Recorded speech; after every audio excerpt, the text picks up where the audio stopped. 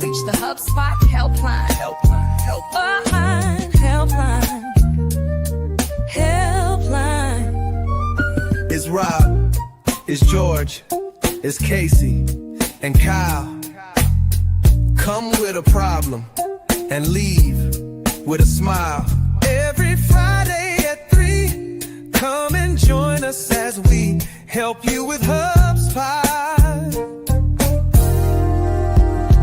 Open up your LinkedIn, just make sure you call in and leave a voicemail about HubSpot. Make your Friday divine with the HubSpot helpline.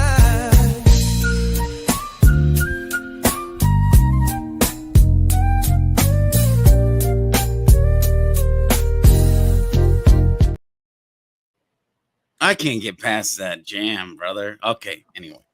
It is Friday. This is the HubSpot helpline. I am Rob, aka the mayor of Inbound. I'm here joined with George B. Thomas, also known as Chat GBT. He is extraordinaire. Here with Casey Hawkins, also, who has been, quote unquote, putting in the business. I'm not sure what that means, but that was backstage. So congrats. We have Chris off camera. We have not summoned him yet because the show just started and nobody played the Rico La Horn. And we have a special guest today. That is a spoiler, but to be announced momentarily. Kyle is not here. Other than my niece that's mean mugging the camera. His niece is also here. That is not Kyle Jepson. Although there may be baby news. We're not sure. We are sending Kyle love, vibes, prayers, well wishes, all the good orange energy. How we doing today, George? How we doing today, Casey? Good. I'm doing good. Yeah.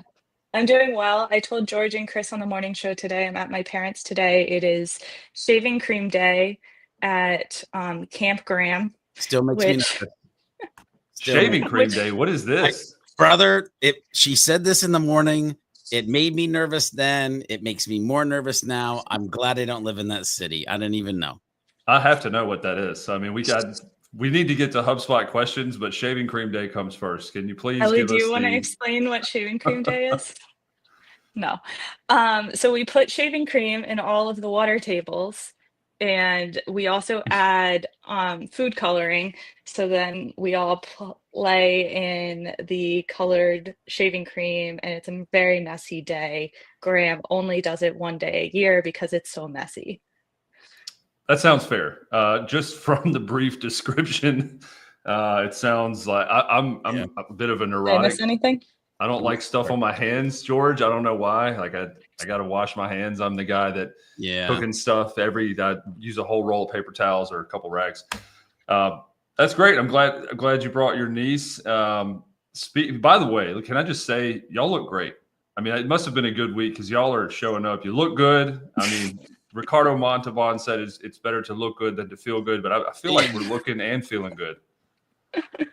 I'm not in the Love's gas station this week, so that maybe that's part of it. You looked a little, islanded, stranded, and a bit nervous when you were at the Love's last time, but a lot more comfortable this time. So Kyle, interesting update. Not only with him not being here, we wish him well. He had the voicemail number, and we do have a new number, by the way. Chris, if you want to roll, it's already rolling across the bottom. Is that the new number, Chris?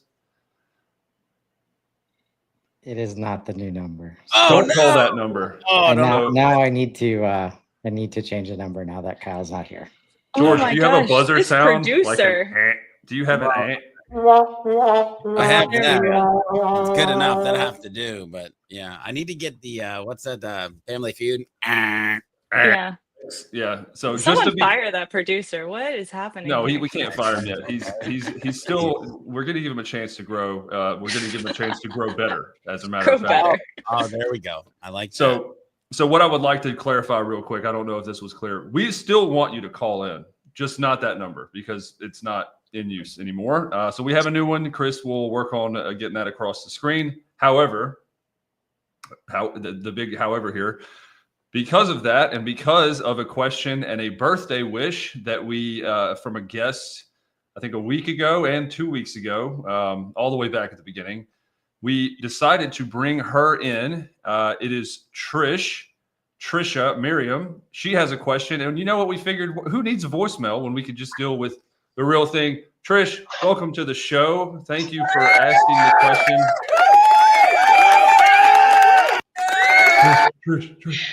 Wow, sound effects are good. They make the hype. The hype is there. Yeah, I love it. We're all about production value here on the HSHL. So with no further ado, because I know our viewers are excited to hear the question and for Casey or George to talk through it, maybe draw it out. Maybe Chris can even pop in with some knowledge.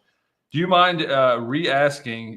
You can do the whole voicemail again from scratch, and we can sing "Happy Birthday," although it'd be belated a little bit. But if you just want to get to the question and what we can help with, that'd be awesome. Do you remember the word for word question, Trisha? No, but I'm gonna. I think I can make it better because never mind. The question has to do with bringing data into HubSpot from kind of a third-party source. And in this instance, this was a HubSpot Salesforce integrated portal, and I had to give the point to Salesforce, which means I had to let Salesforce run that calculation because I didn't know how to do it in HubSpot. And that always makes me sad, makes me feel like I'm giving a point to the other team. I always want our team to get the point. So here was the task. Industry codes. We needed a way to categorize them because like the default field in HubSpot and Salesforce, both, it's just a text field. So there's no inherent categorization around that. So we built a categorization around NAICS codes because the way NAICS codes are structured is like the first 2 digits describe kind of like major classes of industries. And then as you add on digits to the right, you get more granular into those categories. So we brought all kinds of NAICS codes into HubSpot. That part was fine. But then I needed a way to do that classification. And I have a Google sheet that says like, here's the NAICS codes. Here's the verticals they represent. And instead of, well, in addition to the NAICS code, like, show me what that vertical category value is. In Excel, this is like a lookup, but how do you do that in HubSpot? So default code was just a text field, point to the other team. There's no inherent categorization. Part of the solution was building a categorization around makes codes where the first 2 digits are like general qualifiers that specify the need for. Have we all got the kind of the problem statement?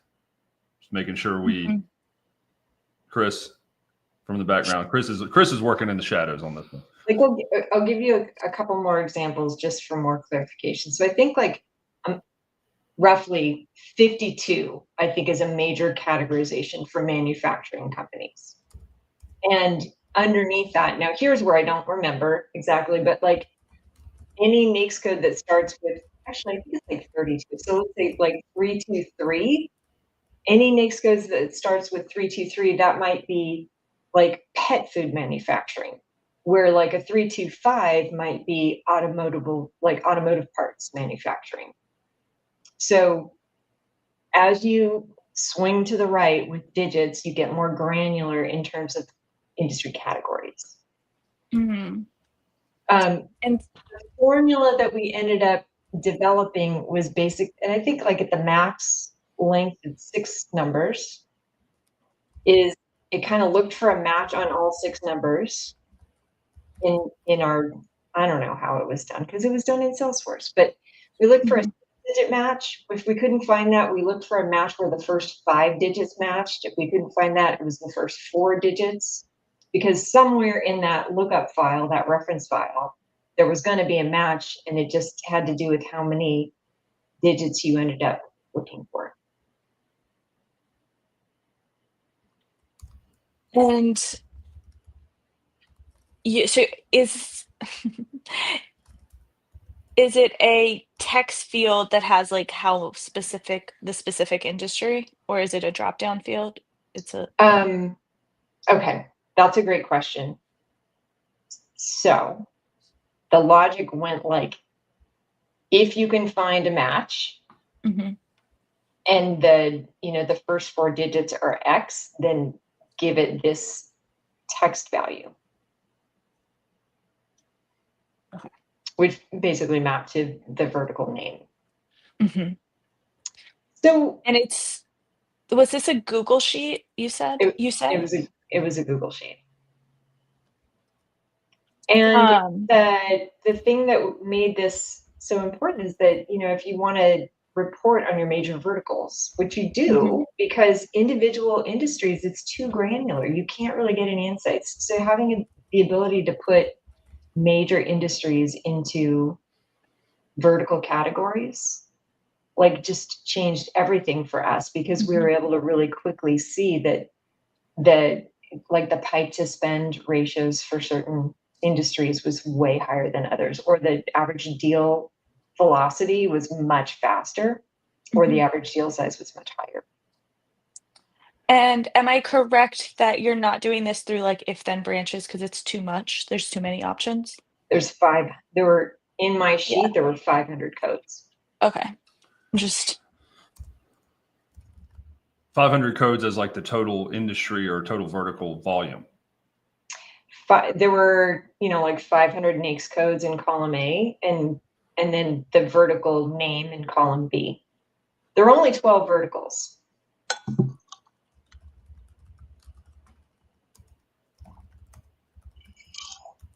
I'm wondering if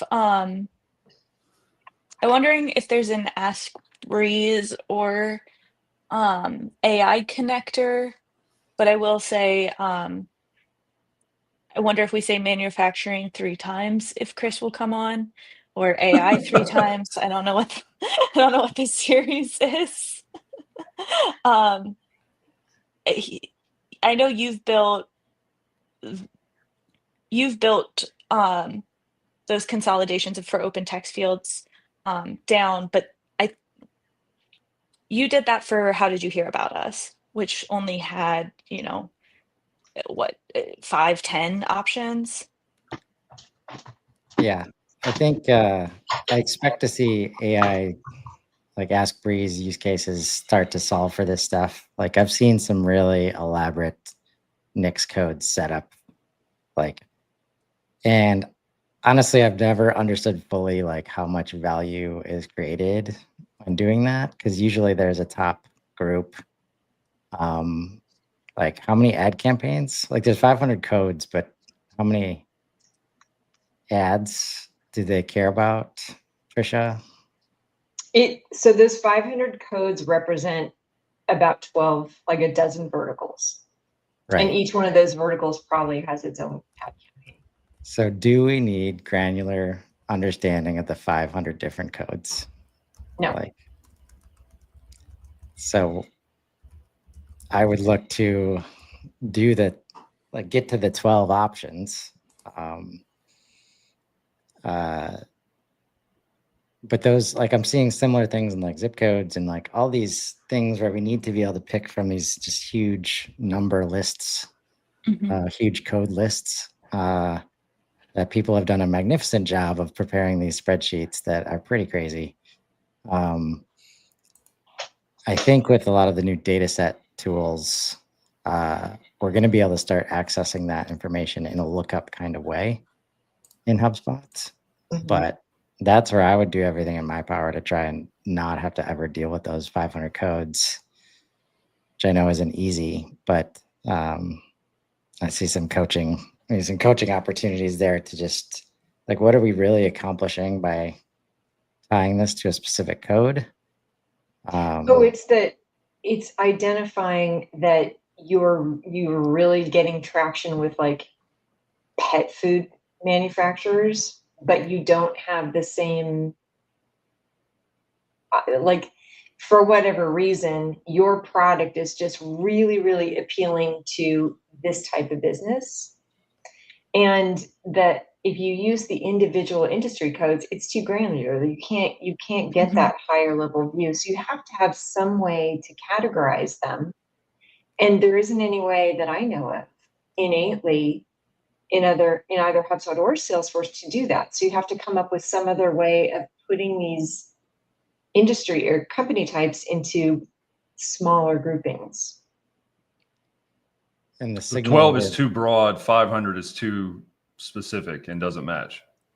Well, I in think this use, 12 was great. Like, it wasn't the entire universe of industries. It was just the top ones that mattered to this business. yeah, but you need to understand the 500 in order to get down to the 12. Yeah. And what are we measuring? Is it just add clicks or add impressions or? This is pipeline, average deal size, sales velocity, How many deals? win rates. How many deals? How many deals? Like on a monthly basis? 100. Yeah, people don't like this answer, but can we not rely on a sales team to manage like 100 deals and assign like one of the 12 categories to, like, as soon as the companies are known? Yeah, what I see when I usually like that, sometimes this is a MOPS thing and like a marketing ops and like sales is not even involved, and they just try to create these very elaborate ways to get super granular and connect all the data. When if there's 100 deals a month, depending on how big the sales team is, like, so many times the industry means one thing, but then we get into the conversation and then it's a certain part of the organization that the use case is a little bit different. So even though they're both pet food companies, like maybe there was something else that got us in the door or closed the deal, or the decision maker is different. There's so many things we try to apply, like try to get too objective about, when a salesperson is really the one understanding all of the insights. So I've yet to really see, from an attribution perspective, that kind of elaborate data structure actually turn into real value, like for an organization. But that's so that, and if you can get the teams to decide that, all of a sudden we don't need to do like so much elaborate infrastructure to try and solve for this data, connectivity. Now, if they're doing hundreds of deals and they've got like enterprise global sales teams, like it starts to make a lot of sense. But at that level, yeah, I'll let you. I could go on this for a long time, but I'm gonna step back. Love to hear. As a production note, George is maybe back. He had some audio issues, but it seems like he's wanting to weigh in. Am I back? You're back. Are you? Okay, yeah. Well, I was asking because I didn't hear. Unfortunately, I didn't hear about 3 minutes of that, because all of a sudden my stuff decided to like reboot, and I was like, everybody's moving their lips, and I have no clue what's going on. So It's the We're beauty of nailing live it TV. today. Yeah. The TLDR is Trisha is trying to invent some sort of Dewey Decimal system, it would seem, for mixed codes and categorization among industry. There's a lot of stuff going on here. There's 12 verticals. Each one could have its own ad campaign, but there's 500 or around 500 industry types. And so there wasn't a way. 500 was almost too granular. 12 was right, but there just needed to be more, I guess, specificity on being able to attribute those, not only from like a MOPS perspective, but also now we're talking about 100 deals a month. That is what I gathered from that. But yeah, my mom was a librarian. As soon as I heard that first number categorizes something, second number does something else, that it reminded me of the Library of Congress. And if I remember correctly, because this was a couple of weeks ago, it was the fact that it wasn't a Google Sheet, but you were trying to do it in HubSpot. And so it literally would have been like some type of lookup table or something like that. Yeah, and I couldn't figure out how to do it in HubSpot, but the Salesforce people did. So we built it in Salesforce instead. I almost wonder, and this is, again, I don't know what Chris said or what has been brought up, but part of me almost wonders if this would be like a custom card creation. Like let me explain what I mean, because you can do some stuff in HubSpot if you build it to be in HubSpot. And so like we have this one client that we're building an actual drawing tool to be used in HubSpot, because when an organization comes out, they want to do a rough sketch of like the architect of the architecture of the house. So that's not native HubSpot functionality, but it's going to be in HubSpot. And so I almost wonder if it was the reason the Salesforce people could do this is because they had like something they built coded, I'm using air quotes here, that then worked in Salesforce. And if there was the ability to do something like that with like a card on deals, I guess it would be, that might be an interesting, you'd need somebody way nerdier than me to do that. And any of us on this call, but that might be an interesting piece that would be doable. But native, yeah. I'm also wondering if, like, it's already a Google Sheet. You could, in theory, use Zapier to connect the Google Sheet to HubSpot and pull the data that way. But I think I don't think you could do that native in HubSpot. I think you'd have to use Zapier to connect in that way.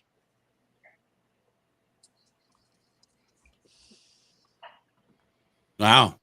Did we get stumped? I'm sorry. It seems like we did. The There we go. Well, there I'm you go. looking I was this up more as optimistic when we didn't really understand the problem. that happens with understanding the problem sometimes. HubSpot's is 518210, and their SIC code is 7374. For whatever that means. What is, I guess, what is the categorization purpose of those? What use do they serve from not just to you or the partner or whoever, but like, is this like a tax ID? I mean, there's a lot of ignorance over here, but explaining the use case for those or what they're used for would help me a little bit, just in understanding. So about a year and a half ago, I did all this aggregation manually. And I looked at all of the revenue that was generated from all the companies and all of their industries, but I manually created, that kind of a categorization to help me understand, like, where's most of our revenue coming from? Where do we have the fastest, like the highest win rates and the fastest deal velocity? And there were some industries that really stood out as absolute, like, you get this situation going on, that is the type of deal that you want to put in the top of your priority list. Like, you want your salespeople to reach out to those people first thing. Mm-hmm. So that's how it's used, not only to understand how to better structure your sales team around what's in their pipeline, but also then to target those industries that you're a better fit for. Or like, you're only having all this great traction over here and over here. What they ended up doing, the companies, they doubled down and they created more targeted messaging around those segments. So that's the use case. Is you're always going to find that there are certain segments where you have more resonance, and understanding your ICP better. Yeah, 100%. But you created, so you said you manually created those, like your own dossier of these, or are they, just from me not understanding them, it seems like they're issued, like these are standardized and the companies have them. That's why I referenced Dewey Decimal, is there's already some kind of prefabricated, here are the codes, here's what they are, and you could just upload those so that you'd be able to have the granularity of like this company, this industry, and just plug them directly into, HubSpot that way. We do have the individual NAICS codes in HubSpot. Yes. Okay. Yeah. We just didn't have a way to group them together. That's all.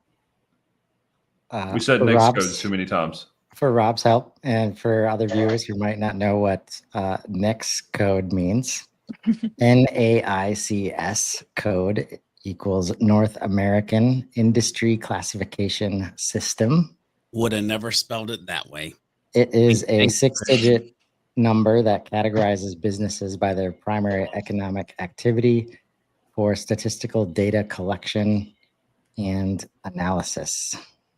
Yeah, and I think the NAICS code comes probably from their tax return or their like business license application or something. Like there's some way that the government is collecting this data and then attributing a company to a NAICS code.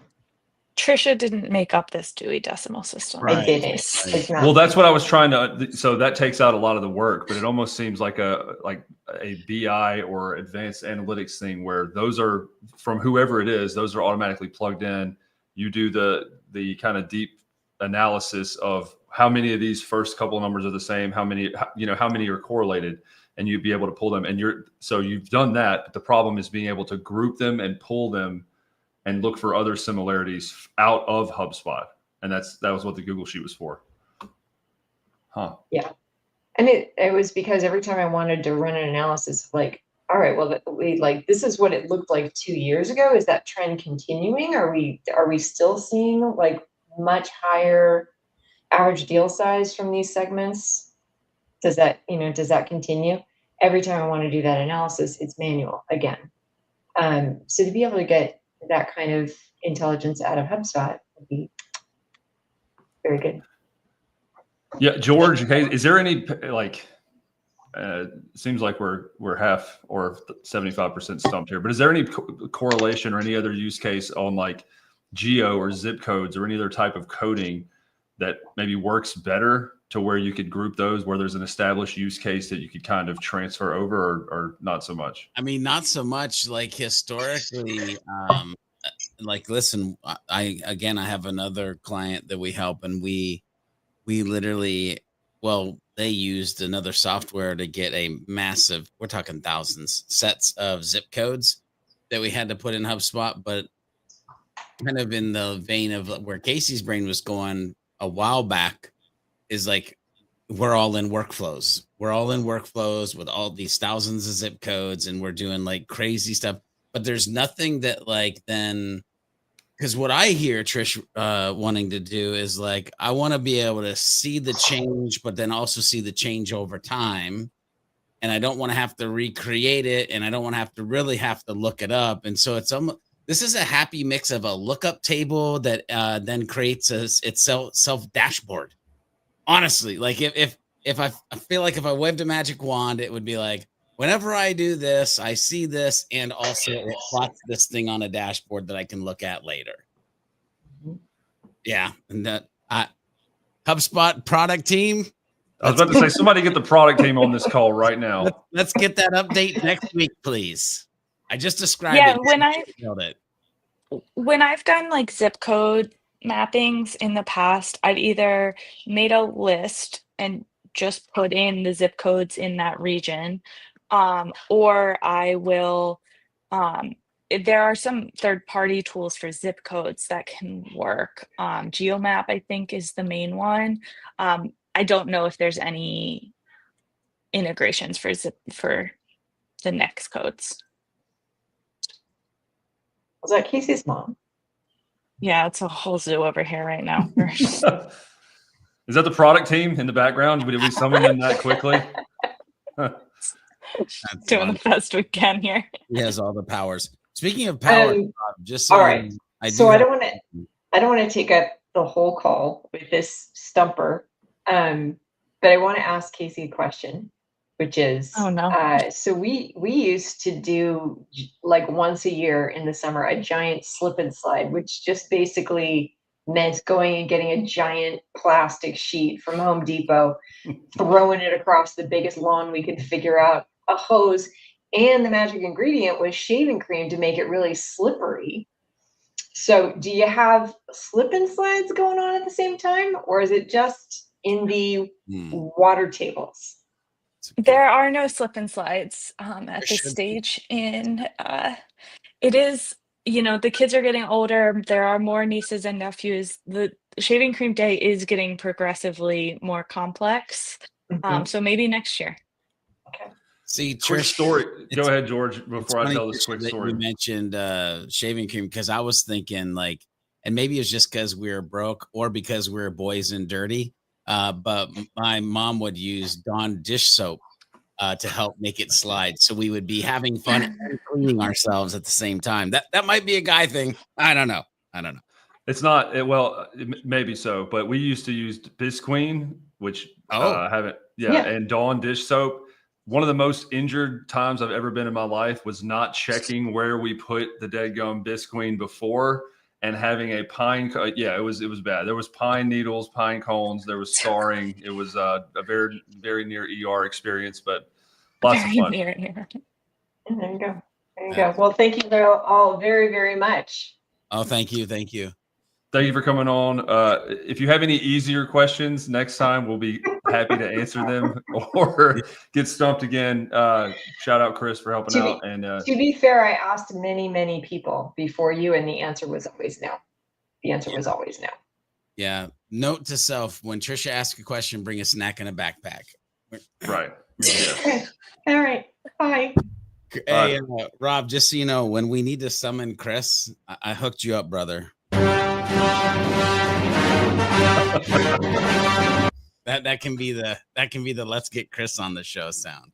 I like to love it. think that when George's headset was down and he was like, well, I better make the use of these 3 minutes. Yeah, I'm gonna go ahead and upload some stuff to the Stream Deck. I have a question before we move on to another question, just in licking our wounds for a minute. Yeah. How often, just from a not as profoundly HubSpot Tech Strategist Pro, do those types of stumping we don't know questions happen versus how often were they happening 2-3 years ago? Because it seems like the functionality and those types of things where it's a hard no or this doesn't exist yet has been reduced a lot. But I'm noticing, there's a couple, that one in particular, there's a couple of these instances where the problem and the end state is decently well understood, and there's just not anything yet that can be done to resolve that. So, I'm not sure how to answer this and not sound like a sort of kind of way. Questions like that, at least for me, have been very few and far between. Like normally, and I think it's partially because of how my brain works. Like since 2013, 2014, I have this like I'm gonna hack it mentality. Like I'm gonna figure out how to make something in HubSpot work the way that I want it to work. I'm a big fan of like bending it to your will or wrapping HubSpot around your business. So what just happened live in front of hundreds of thousands of millions of our viewers? That's not how many viewers we have right now. Billions. Yeah, was like, wow. Okay, that doesn't happen every day. Yeah.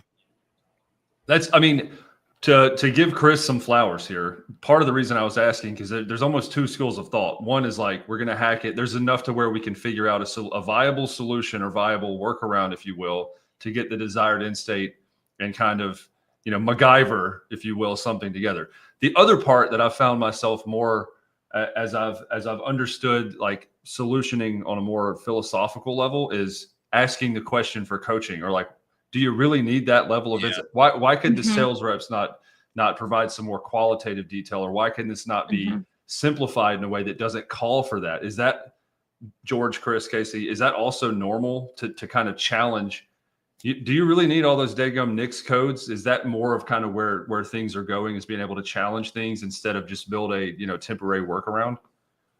I've had this same conversation a couple times just in the last week or two, which is like, okay, so we can automate a lot of stuff in HubSpot now. At what point, like, how much do we want to automate? Like, there is a point where we're losing something. We're losing something by automating everything. It's called humanity, but okay. Yeah.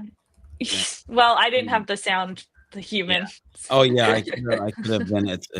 Wow. Ooh, wrong one. Humanity. you know. um, so, so here. You said something that like kind of broke my brain. So, I don't think we're headed in the direction of challenging more, but I believe that challenging is a tool that we should use when needed. Like what Chris did was a great opportunity to say, like, could it be another way? And I think too, Rob, I think there's maybe even a third version of this. Because I could try to hack it in HubSpot. We could try to challenge, should it be done? But the whole time that this was kind of going on too, I was like, man, you give my boy Nico this and Replit in like 45 minutes and it might be solved. Because and I kind of alluded to this with like a card being created in HubSpot, but like there's also the idea of like you can create something to do the thing that you need it to do, and then with an API call, shoot it wherever you want it to go. So like, and again, I wouldn't call that hacking. I would call that like building an infrastructure for the thing that you're trying to do. So like, there's maybe 3 of these. Like challenge doesn't need to be that way. See if you can hack it, and if you can't hack it, then build a solution that ties into HubSpot. What would you rank? Is it problem dependent? And I guess I'm going to say it's probably problem dependent, but how would you rank those? And just to clarify, challenge meant more, not like you shouldn't do that, you should whatever, but really just asking the question like Chris did, just to clear that up. But if you could rank those on your normal priority when it comes to like, for the partner, for the client, for speed, you said Replit and, give Nico Replit in 45 minutes and it's done. How would you rank? Would you challenge, build, hack? I mean, how do you typically approach that? Yeah, I challenge first, hack second, build third. That's where my brain goes. But I mean, Casey and Chris might think about it in a different way. I would say Chris is like challenge, re-challenge, consultant coach. I was about to say that. I know you, man. And that's where I think that's the difference now, because as the platform has grown, the customer base is also growing. We're also going up market, and that market and these different verticals that have not been touching HubSpot, they have had sales forces and ERP systems that are built to do whatever you want. And a lot of things are driven by accounting. And there's just all this industrial infrastructure that is in place that tells you how you're supposed to do things, right? I don't always do a great job of articulating it. So sometimes I engage Claude, and I did today. And I asked for the pros and cons of relying on Nix codes when considering business growth strategy.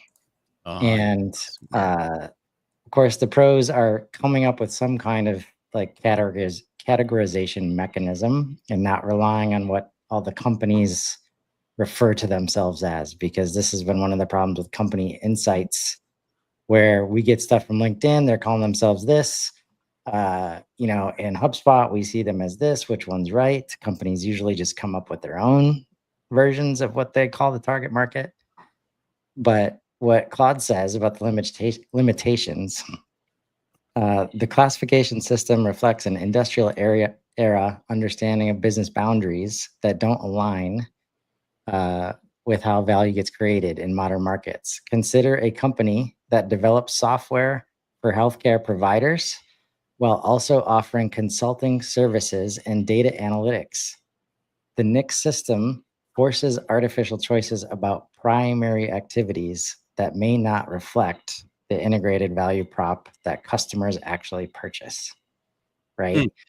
And that's the kind of thing, like if we're talking about the scale of 100 deals, and like the salesperson is the one gleaning that information at some point.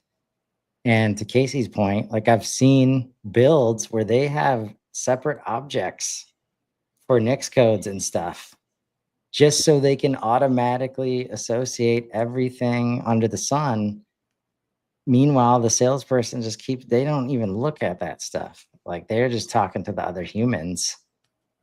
And that's where I think internally marketing ops folks, admins need to do a better job of explaining why they need this data so that we can ask a salesperson to do one or two things on a deal that should help the team. If it's really that important to growth and bringing more deals in and helping the marketing team do things that support sales, let's ask them to say, hey, classify this deal in one of these 12 categories, please. Yeah.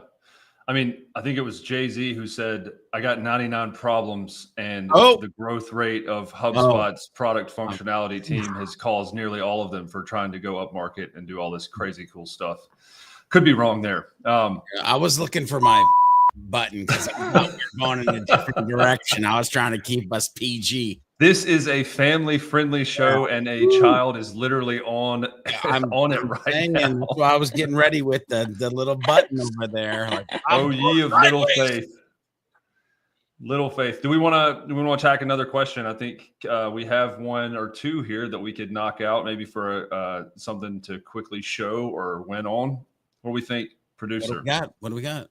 Casey shared one from, looks like the Sprocketeer community. Yeah, so. This is from Sprocketeer. Is there a way to grab the contacts who have opened an email from a specific campaign? I can't seem to figure out how to get to that information. Ideally, I'd like to also be able to check if contacts with X custom property value did or did not open an email from X campaign. Is this possible? So, wait, we're just wanting to know if people opened an email or maybe multiple emails, that there might be 3 emails in that campaign, and I want to see anybody that opened one of them or anybody that opened all of them. All of them. No, open an email from a specific campaign. So it does not specify all. It just says and at least one. X is more than one. I mean, I'm not even going to get real nerdy here, but if it was me, I would go to the campaign. I would see the email attached in the campaign. I'd click on that. It would take me to the email. And then I would just go and look at who opened that email. Like, yeah. Unless we're saying we want to see in a dashboard, but that wasn't part of the question. So no, I would literally just go look at the analytics that you have per that email and see who opened it. The next part of that was also checking if contacts with X custom property, so I guess whatever custom property value did or did not open an email. So people that, I guess, if there's a custom property, you'd be able to check, George, your way, and then also see who did not open the email on a campaign level. Well, I mean, and I don't even know why we're talking about campaign unless I'm totally missing it, because literally I could make a list that is a filter of this person has this custom property known and this person has engaged with this, opened, clicked, whatever, this email. I could literally create something along those lines as well. Or I could, Chris, you want to add my screen? Oh, hang on. We need Chris. Oh, just your screen. Okay. Just my screen. Sorry. There he is. That was an excuse. Sorry. So you can go in here and you can add marketing emails. This is a dummy account, so there's only one email, and you can see the number of people who were sent the email, and also the number open. If you want to know who was sent the email but didn't open, you'd have to do a kind of combination here, just to be clear. Sent and did not open or whatever. Yeah. Which, by the way, can I back up for a second too? Like, as you're doing this, like, we also live in a world where anybody that I talk to about emails and they talk about opens, I ask them to please rethink the fact that they're looking at opens, because with like everything that's happened with Bimmy and Apple and the Pixel, and like there's so many emails now that say they're opened that actually have not been opened. So imagine this question was actually more around clicks, like more valuable, but I'll shut up and continue on, Casey. But either way, yes, I agree. And even clicks can sometimes be sketchy, but Yep. Yep. that's Yep, yep. maybe maybe that's a tale for another day. So, But either way, you can make a list based on specific emails, who is opened, who is delivered, and you can combine them however you'd like. One thing I didn't know about until oh semi my recently. gosh! I know. Generated description. This Oh, use in tab here is very useful. So from here, I can use this in a custom report builder. It's automatically going to take everybody on that list, filter this down. So then I can start looking at those properties from there, and whether or not certain properties are in common and things like that. One thing I'm not sure if this is part of the question, and this is why we need to have more Trishas to come on the show. or And Bob's, or Jenny's. Or Bob's. Yeah.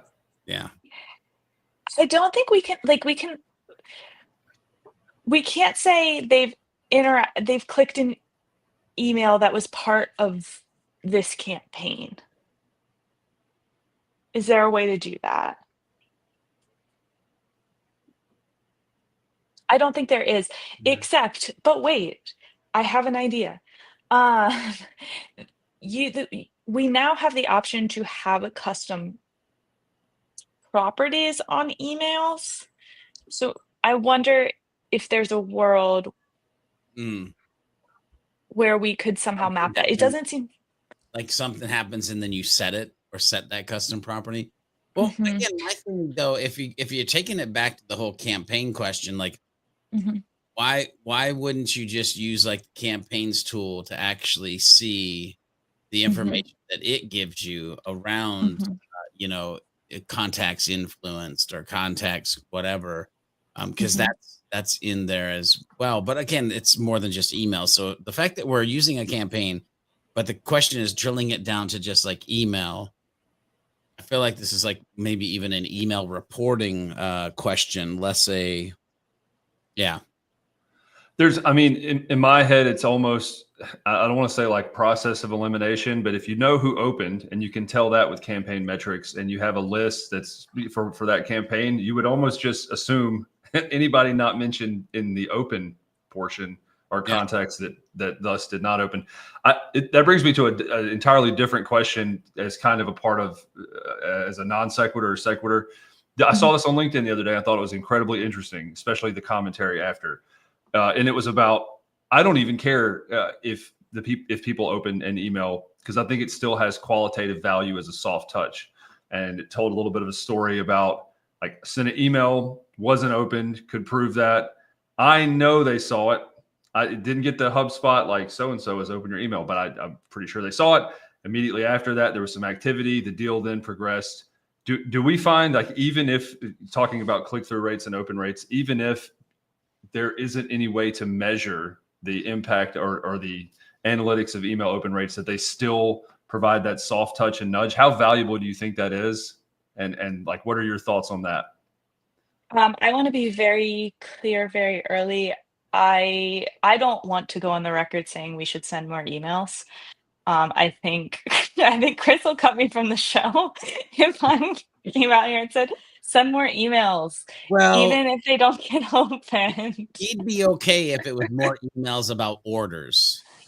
Then he'd be all right with it. But no, I'm just kidding. That's totally a joke. Probably an inside joke. Everybody's like, huh? I think it was But more of a channel like I've done this before, like legitimately have seen an email come through, not Mhm. opened it, made a phone call or sent a Mhm. text or went through a platform. It did influence me. So this is not only Mhm. one where I wanted your opinions, and it's not about more spamming or more email volume, but just Mhm.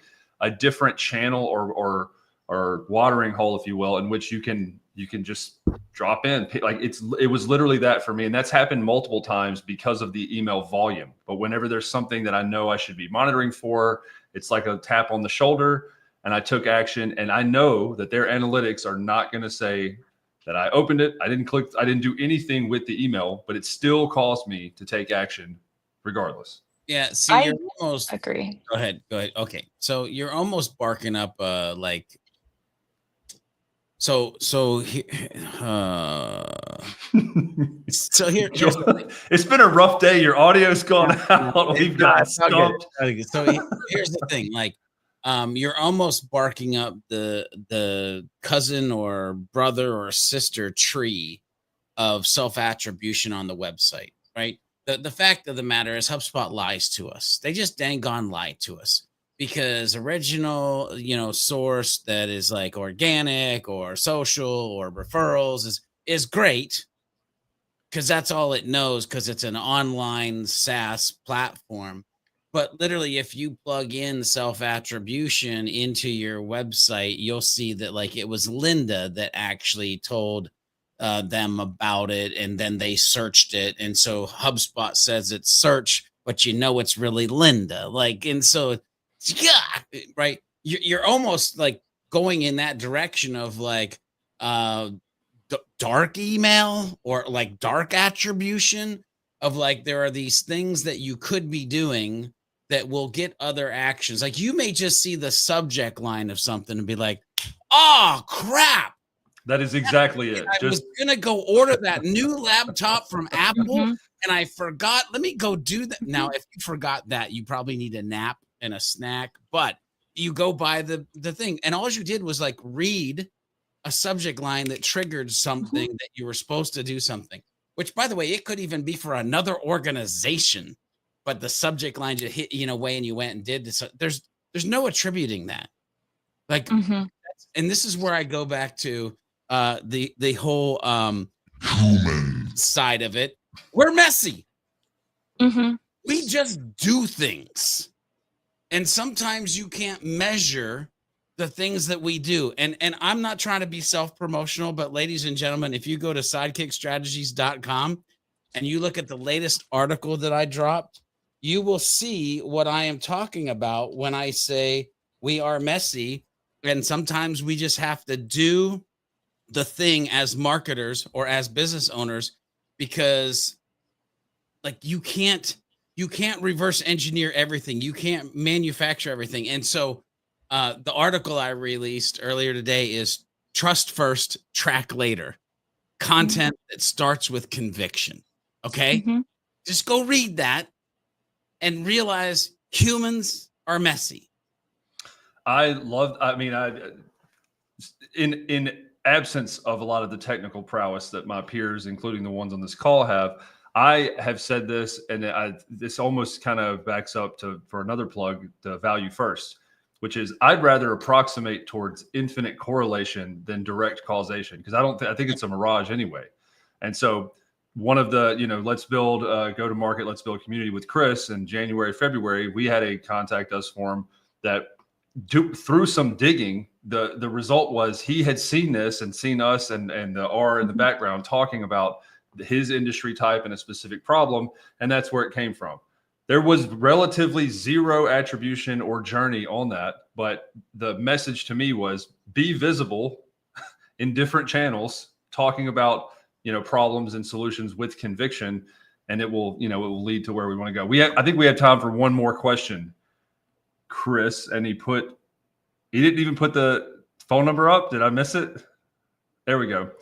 Yeah, we talked about this a little bit last time. Are any of you using buyer research intent successfully? Would love to hear examples. Are there any new examples since a week or two ago when we talked about this last? No. One of my weekend projects is setting up buyer intent. So maybe by next week. But I'm using it with a client who's running an ABM campaign.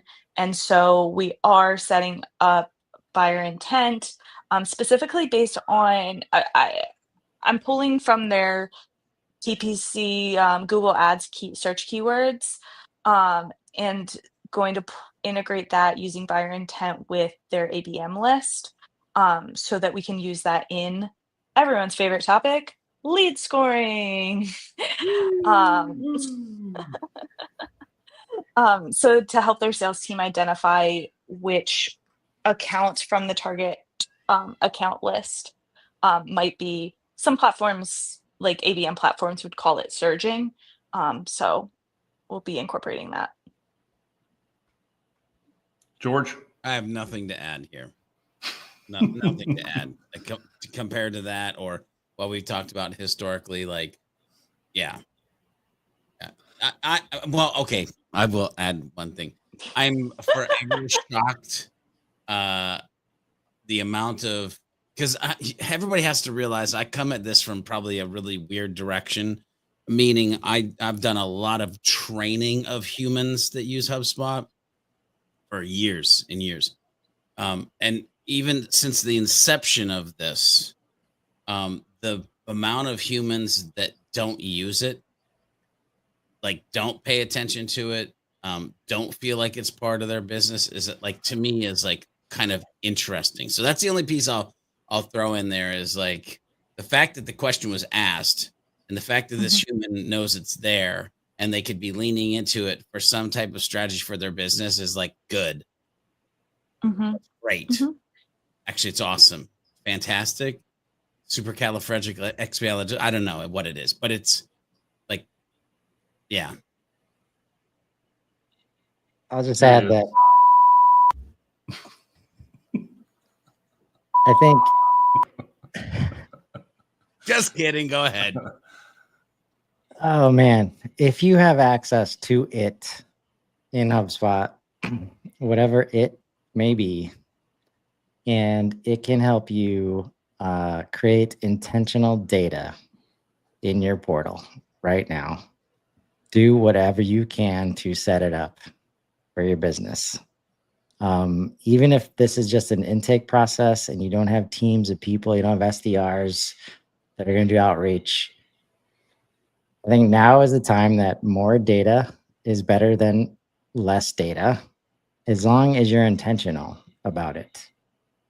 Because AI and Breeze are starting to see the whole portal. And we're getting to AI lookalike lists, and just the context, I think, will be invaluable. I'm usually not a huge fan of buyer intent. I love the idea of research intent, because that's what random people visiting your website, it's about the only assumption you can make. But I think setting up whatever you can right now to create intentional data in your system, it's hard to see a lot of risk there. So that would be my message. Here's a good time for a couple things. One is the dad joke of the day. I thought buyer intent was when somebody ordered your product from inside a wigwam.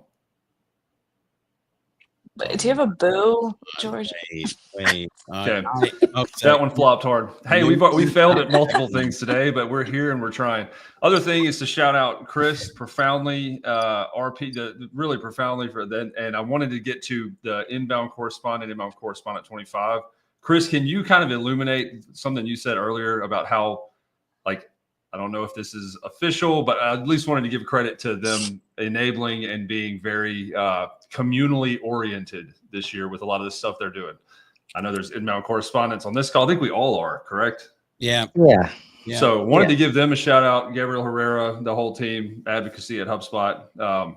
Big shout out to what they're doing, but I'll let Chris take it from there for any details he's willing to. Really put him on the spot there, Rob. Yeah. Hey, he's out. Look, we have to summon him with the Imperial March. I wanted to just let him have, let him close the show down with some gratitude on a Friday. That one, it was appropriate last time, probably not this time. Just had a great show with Gabriel Herrera, the leader of the Community Champions program on the Road to Inbound show that I do earlier on Fridays. And they're working hard this year to, dare I say, make the designation of inbound correspondent like mean something and mean a little more, giving us all opportunities to share what's happening at inbound.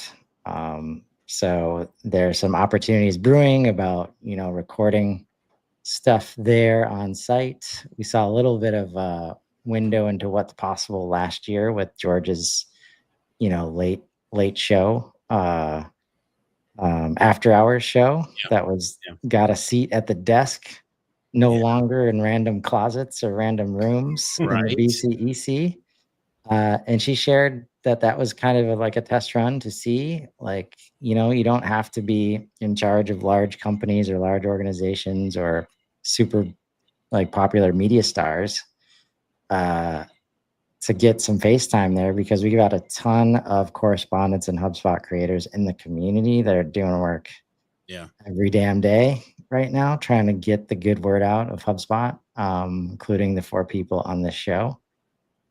So it's exciting. There's going to be some news dropping soon, I'm sure, because that she and the rest of the community team are working closely with the inbound team and the creator team, and that's part like there's lots of teams involved, and I get it. They're a big company, but they're recognizing what's happening in the community right now, and it's fun. I'm grateful to be a part of it. Yeah, that is exciting. We're at time. George, final word on this Friday. Man, okay. Farfignugan. Love it. I mean, you didn't give me any specificity. You were just like, bro, what word? I'm just throwing it out there. I'll take it back to you. Anything gratitude wise, or anything you're looking forward to? Casey or me? Either one. Casey, go ahead. Your best is good enough, everyone.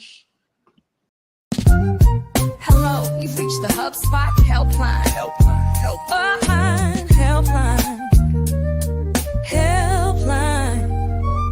It's Rob, it's George, it's Casey, and Kyle. Come with a problem and leave with a smile. Every Friday at 3, come and join us as we help you with HubSpot. Open up your LinkedIn, just make sure you call in and leave a voicemail about HubSpot. Make your Friday divine with the HubSpot helpline.